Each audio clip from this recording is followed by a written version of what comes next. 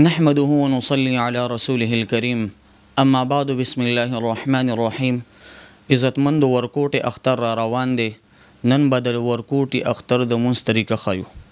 عزتمندو بازی کسانو چې په خلی باندې نیت نه ویلې نو د هغې تسلی نه کیږي. نو تاسو څه د پاره راغلي ورکوټ اختر مونږ له راغلي وي او ورکوټ اختر دا څه شی دی؟ دا واجب دی. دې کې شپږ زوائد تکبیرات وي. نو چې زړه کې دا نیت رالو نو بیا هم کافي ده. او که یو انسان خامخا وی زه به په خولې سره ادا کوم نو زما زړه ته به تسلي کیږي. نو هغې دپاره نیت دا نیت مې وکړ د زړه د خلاصه 2 رکعاته د ورکوټ اختر واجب مونځ سره د زوائد تکبیراتو او خاص امام پسې مخ مې کعبه شریفې پلوري. دینه بعد به بیا الله اکبر وکي. نو چې الله اکبر وکي بیا به سبحانك اللهم ولا اله غیرک پوری اووی. دینه بعد به 3 تکبیرات کیږي. هغه 3 تکبیراتو کې 2 تکبیراتو کې بیا لاس ځوړند وي او په 3م تکبیر کې به بیا لاس اتړي. دینه بعد به امام الحمدلله او سورت وی. دا رکعت چې څنګه وشي د سجدې نه امام را پاسیږي نو بیا به امام الحمد او سورت وی. اوس په دې کې د صورت نه بعد 3 تکبیرات وي او 3 وانو تکبیرونو کې به لاس ځوړند وي.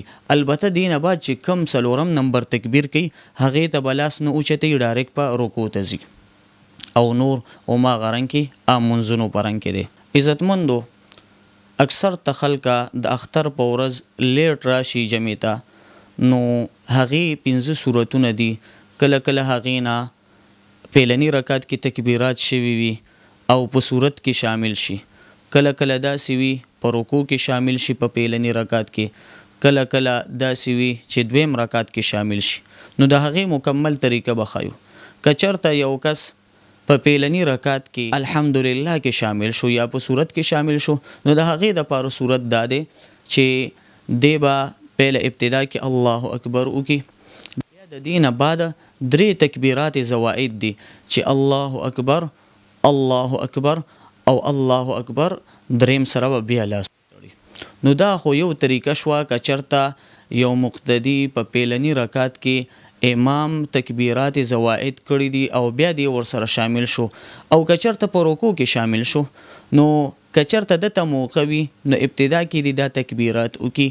او که چېرته دی وی نه وی که ما دا تکبیرات وکړو نو زما نه رکعت فوت کیدی شي نو بیا هغې دپاره دا طریقه ده چې د الله اکبر وکي او بیا د 2م الله اکبر سره رکوع ته لاړ شي.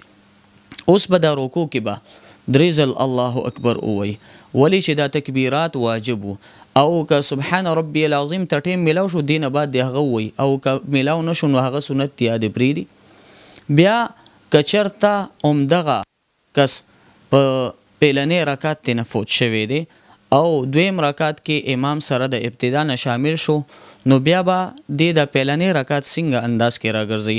امام چې سلام وګرځوي نو بیا به دې پاسېږي سبحانك اللهم به ووی الحمدلله او سورت به ووی. دې نه بعد به بیا د 3 تکبیرات زوائد وی او 4م سره به رکوع ته ځي. او که چېرته همدغه کس په 2م رکعت کې په رکوع کې شامل شو نو که چېرته ابتداءً د تکبیرات زوائد وکړو نو ډېره ښه ده. که موقع نه وي هماغه رنګ کې دی رکوع ته لاړ شي تکبیرات زوائد دې وکړي او بیا دې هغه رنګ کې مونځ ادا کړي. او که چېرته یو کس نه 2م رکعت کې دی شامل شو خو د ده نه رکوع تللی ده نو اوس په دې صورت کې دی څه کوي؟ امام چې څنګه سلام واړوي نو ابتداءً چې څنګه امام مونځ کوي او د امام سره شامل شوی دی ابتداءً نه نو دی چې څنګه مونځ کوي هغه رنګ کې دی به مونځ کوي. الله رب العزت دی صحیح انداز سره مونږ ته د منځونو کولو توفیق را نصیب کړي. واخر دعوانا ان الحمد لله رب العالمین.